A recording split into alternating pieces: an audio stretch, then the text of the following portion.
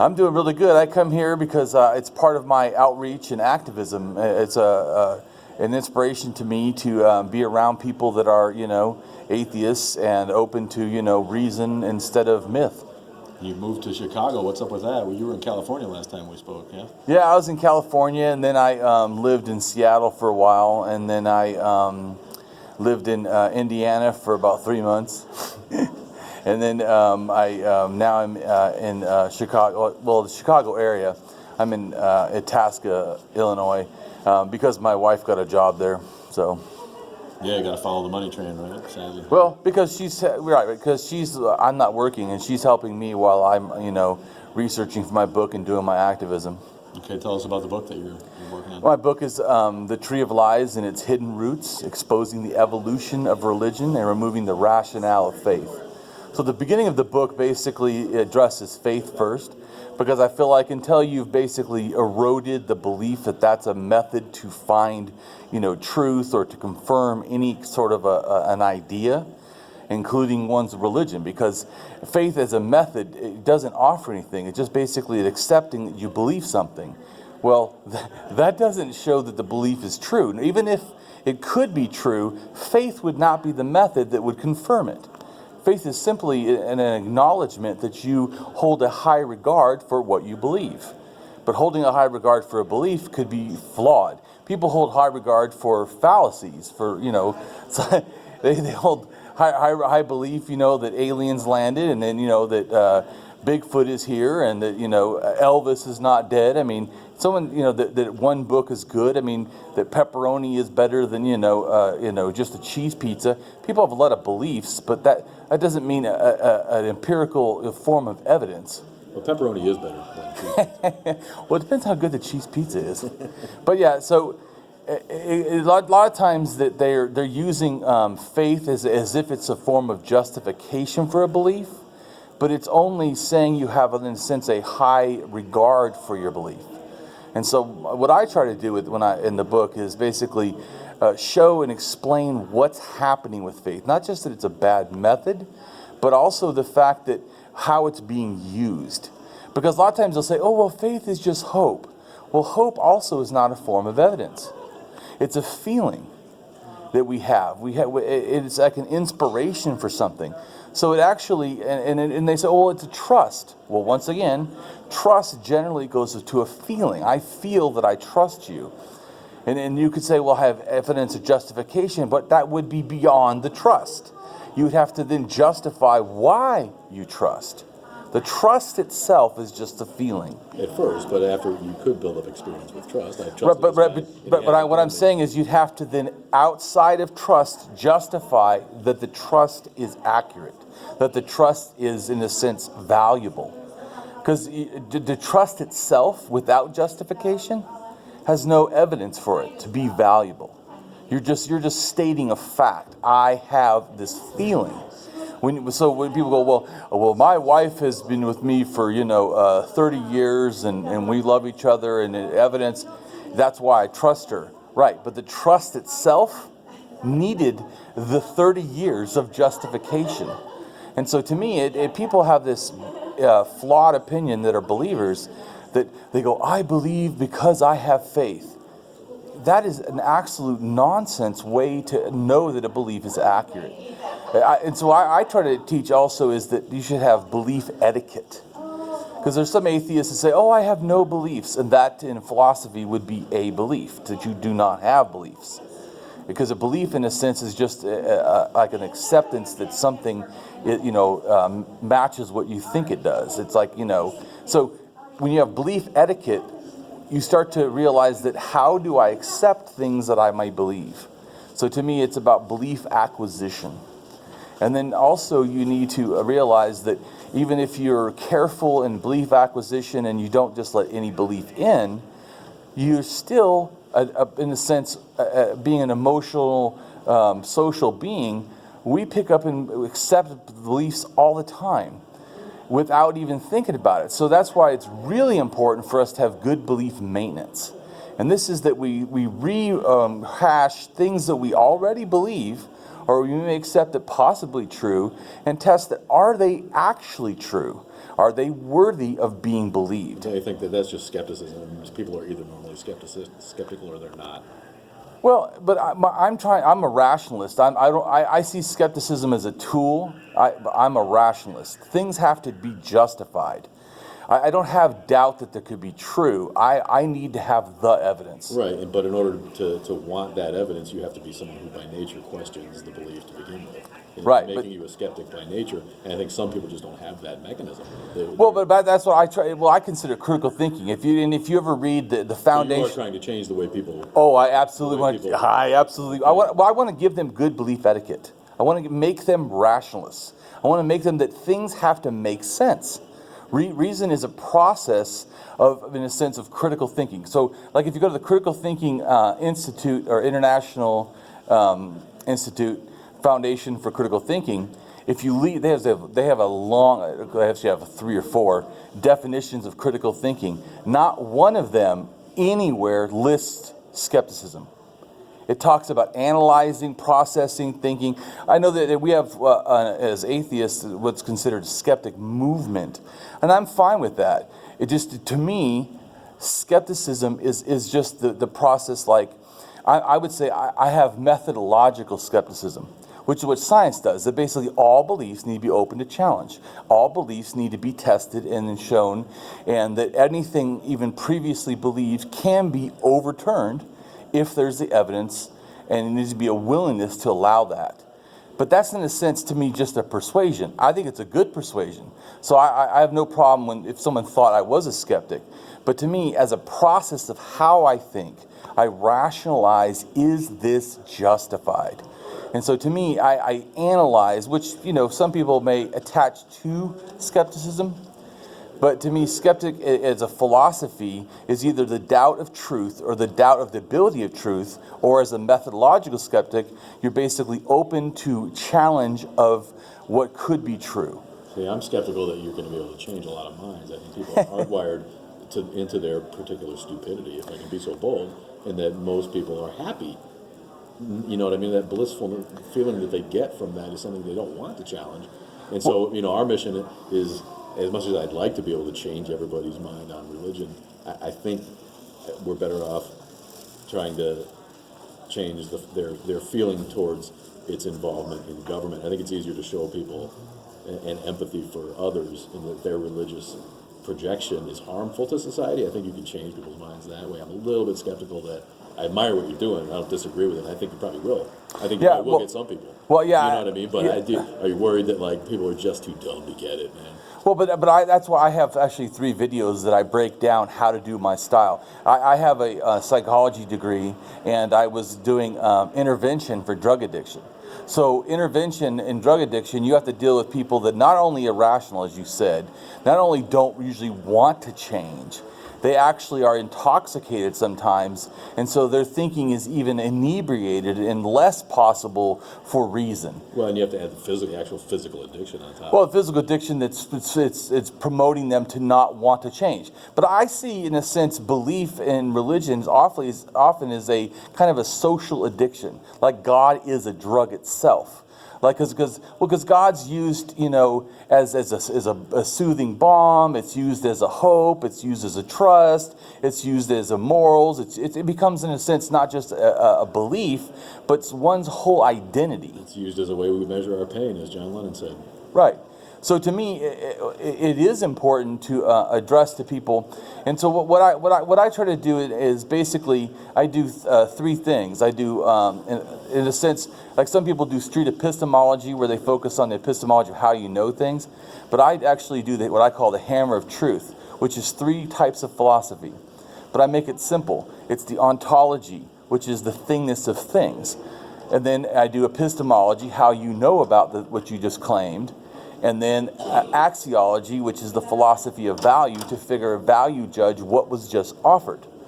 And so, it in a sense, you like someone says, and I had a lot of good responses with people because they can't answer usually the ontology question. They'll say, "I believe in God," and I say, "Okay, what is the God?" And they'll say, well, the Bible said, and I say, oh, so you don't have a personal God? And they go, oh no, my God's a personal God. Good, give me a personal answer. If you personally know a God, that's a claim, then you should be able to give me a personal answer of what a God is. Instead of repeating. And say, right, because if you're just repeating, then you have a Bible God that's not yours. Someone else's. It's someone else's, right? So I try to, well, and to me, like I said, what I do is I break down and help them be critical thinkers. Not just to say, oh, you should think critically, but actually process through that critical thinking with them. And then they'll say, well, God's a spiritual being. And I go, okay, well, what do you mean by spiritual? And they say, well, it's like, kind of supernatural. Like, well, I don't know what supernatural. I know what natural is. And so I just, in a sense, those are all, in a sense, ontology questions. They're details about the thing itself. And it's really powerful because most theists that I've done this with can't even get past it to the epistemology. What they basically say in that stage of the ontology is, well, I don't really know. And I go, that's the first time that you've done something honest. You really realize you don't really know the God that you say you really know. We talked about the difference between knowledge and faith yesterday, and it struck me that we agree about something that I've harped on for years. I know Harper's going to talk about that too. Maybe you got some cool catchphrases. Yeah. I like the way you work. But it's people who pretend that their faith is knowledge. I know there's a God. I immediately bristle. I don't have any problem with people's actual faith, as long as they admit that it's faith and that they don't know the answers because they believe a certain thing. But these evangelicals simply put it out there as knowledge and common. Right. It is known, and it takes all the power out of the myth and the faith, and B, it makes them look like fools in a society where we know certain things are unknowable and certain things are evidential and have been proven. Right. So what I generally try to do is when people make claims, I go back to the hammer of truth, which is the ontology, epistemology, and axiology. So the ontology is always the what are you talking about? Epistemology is how do you know that? And axiology is why is what you just offered valuable? And why is it good? So the point is when they say they have faith, instead of saying that faith is no good, I ask, what do you mean by faith? Because I want them to see. See, we already know that faith is not a good method. That faith is just basically just blind trust practically. But so I want to hear them say it because they're the ones that are being dishonest. They think faith is evidence. Faith is a confirmation of knowledge, which it absolutely is not. But when you ask them to define it, when you make them hear it in their own words, that faith is just hope, this hope they have. Well, I just have hope in Jesus. You get them to and then don't let them get away to me. When they always go, what do you mean by hope? How does that work in your life? I've had people on the street, start to go, wow, I really realize I don't know this stuff, and I've never really thought that much. And so, in other words, like a lot of atheists, I think, try to do too much telling instead of asking. Right. And to me, asking good questions, like I said, in a correct way. Whenever something new is offered, always go back to the beginning, the ontology. What are you talking about? So every time something new, like if they'll say, well, this Bible, what do you mean by Bible? Because there's 140 something versions in just English. And how do you know that one of those is accurate? Why would they need that many? For a God that supposedly, explains everything, they'll go, oh, well, I know it because of the Holy Spirit. I've had a lot of people tell me that. Oh, I know because of the Holy Spirit. I said, well, what do you mean by Holy Spirit? To me, I always go back to the ontology. And I'm telling you, people feel less threatened to think when you ask them to think about what they already believe. Instead of trying to tell them. And like a lot of times, like I do street activism, my Facebook group, HARP, which is Humanism, Rationalism, Atheism, Philosophy. It's part of my street activism. I go out and do and promote all those things. Get it backwards. Humanism, atheism, rationalism. Yeah, humanism, yeah. You said rationalism first. You spelled rap when you said it out loud that time. I don't know if I did, but that's fine. Okay. If I did, it's humanism. It's HARP, humanism, atheism, rationalism, philosophy. And I put humanism first, but the HARP also for me is they harp on thinking rational. Yeah, that's what I'm getting at. Yeah. Love those catchphrases and anagrams that mean something that works for me. Right. So to me also, like I've had people that come at me really hard. You can't prove God's not real, and I go, okay, explain to me what is a God. It just, and there's I explain in my blog and in my 3 videos, and I have 3 blogs about how to do street activism. I say that there's different, you have to understand there's different emotional states. And when someone is in emotional thinking, you can't reason with them. So what our goal is then to bring them to a thinking state. And then once they're a thinking state, thinking is not reason. Thinking is just a process of not being emotional sometimes, or as emotional. And so, but then you need to try to get them to a reason state. So so he comes at me really hard, and I tell him, explain me what you believe. And they already want to do that anyways.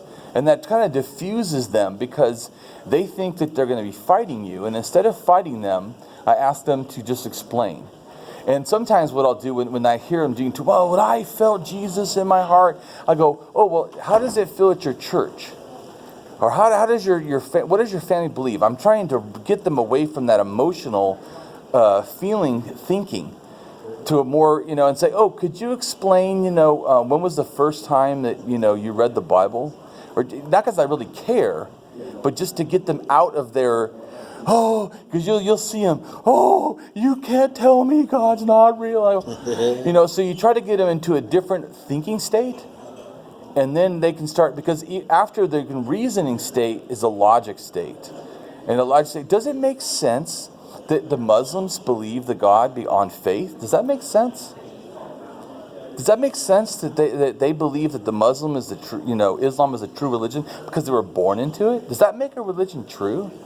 Did you being born into Christianity, did that make it true? Trying to get like logical questions. Right. So, because like I said, there's different types of thinking, and when you realize that, and you see people in different thinking states, and sometimes they'll try to jump back into emotional. Well, all I can know is that I need to tell you my, personal experience. I go, okay, that's great. We'll get to that, but first, explain to me. Did you believe the Bible before you read it? Or did you believe the Bible after you read it and you were convinced? Well, I knew it was true before I read it. Is that how you really know something is true before you even read it? But so like I said, it's getting them to start thinking different. And so to me, I agree with you. Like people go, you can't convince someone, reason is not thinking reason. Right. So get them to reason. Right. You can't make someone do logic when they're not a logical thinker. Right. So get them into logical thinking. So to me, that's my goal, is to actually I call it truth navigation. Is get them to navigate to the truth, because the problem is they're away from the truth, even to what their own beliefs are or how they should believe. A quixotic effort on your part, my friend, trying to get religious people to think. We admire your fortitude, an impossible task, a Sisyphean effort, if you will, right? That's awesome. Good luck with that. That's already 20 minutes for me to edit. What else you got? You got signs? You got what else? I hold signs that out in public to inspire people, and I've done a lot of street activism. Like I counter protested the Westboro Baptist Church in Hollywood. I counter protested with signs the Creation Conference in Santa Ana, and I've gone down to the state capitol in Olympia, Washington, and protested when they had a rally for pushing, conservative and religious values into government. I've gone down to the Indiana State House and held signs against blasphemy in front of their building. I did a bunch of I do for my book, which is about basically the evolution of religion. I've done several different events where I give an hour presentation, on the evolution of religion, which a lot of times I do it with art that I've done of archaeology scenes, which are going to be in my book. My book's going to have 150 pieces of original art from me of archaeology scenes to help people, because some of the things you can't fully understand what I'm saying or how it looks without looking at it. And so I do that as outreach, and I've done it. I first went to Canada, to Edmonton, Canada, to the college, and gave a presentation. And I've done presentations in like about 5 places in Washington. And then while I was coming over to live in the Midwest, I stopped in Iowa and gave a presentation in Des Moines for an atheist group. And it was so funny too, because they told me, oh, you only have like 30 minutes. But I tried to cut out, I have an hour thing, I tried to cut as much as I could, but it's hard because all of it's needed. I mean, once you see it like in stage, step after step after step, you're like, man, this is man-made all over the place. And it's just an evolution of ideas. It just kept spreading and growing. And so I did it probably about 40 minutes. And the guy wanted me to cut it off, but the half of the people there are like, no, keep going, finish it. Well, you're a guy who can go too. So yeah, it's hard to stop when you need to stop. But we need to get you up to Kenosha on the street. There's a farmer's market that's a perfect place. Oh yeah, I want to do it. Definitely. I'll keep in touch now that you're close. Oh yeah, definitely. More stuff together, man. I love the way you can just go. And there's a cat that sits out there with a Jesus Save sign, and he's not. I don't think he's maybe a challenged citizen. I don't think he's the right guy to argue with. But the fact that he can do it means that we can do it, and we can get on the other side of the street. Right. Well, I like talking to people, even people that are. Like I used to go out with in Seattle to colleges. I went to like 8 colleges in Seattle and held signs, and I would give out free candy to inspire people. Right. And then I've done. But anyway, so. I used to go out there, and I would go with a philosopher friend of mine. But he was so into philosophy, he almost, scholarly, he almost couldn't deal with ordinary people. Right. But I'm from the ghetto. I'm born in Southern California, hang around gangs and stuff. I'm not really into science. I don't really like philosophy. Straight out of Compton, folks. Right, yeah. Well, my mom actually went to Compton High School. So, I mean... I was a crack addict. Wow. At 16. I had my so I had my turned about 3 heads. I had my heart stop from smoking crack at 15. Wow. But I was fully hooked at 16. And then at 17 I had alcoholic hepatitis, like liver failure. Wow. From just hardcore drinking. My grandfather died at 40 from alcoholism. So, but anyway, so I come from the ghetto, and I come from not reading books and not, so it's really funny now that I'm like really into science and stuff, and people always go, oh, you must love reading that. I don't, but I realize the value. So I tell people, yeah, they go, oh, I don't like reading. Yeah, I don't either, but that doesn't mean you shouldn't read. Right. I mean, that's not a good excuse for not reading. Right. So I don't read for fun. I only read stuff that's nonfiction generally because I realize I need to know. And that's one of the reasons why I really got into philosophy. I don't like philosophy, but I realize I need to know. And this is a good way of processing thinking. This is a good way of helping persuade others to good thinking.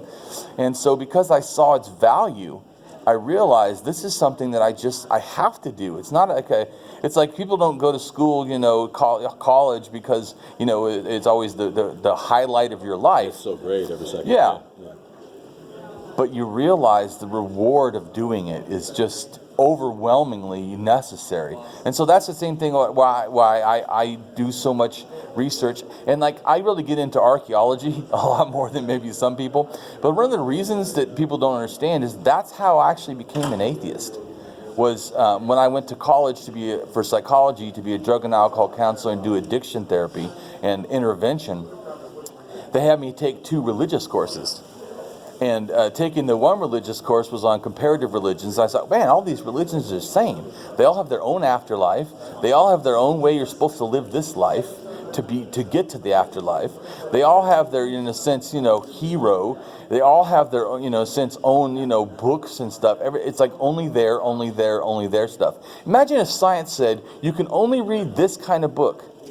Only this one science is okay. It would be ridiculous. But yet when religion does it, we accept it with just abandon. Where I remember when I was a Christian, I didn't want to read any other religion because I was almost scared to. It's just absolute dogma nonsense. Perfect stuff. Damien, AtHope. It's Harp on Facebook. Where you got a website? Yeah, I have a website. It's DamienMarieAtHope.com. Damien Marie AtHope. That's right. He has Marie for a middle name. Live with it, people. Great stuff, man. Thanks for all the work you do, and we will hook up soon in and around the Chicago, Kenosha area. Man. Right on. Rip it up, man. Let's change some minds. Thank you. All right, peace. All right.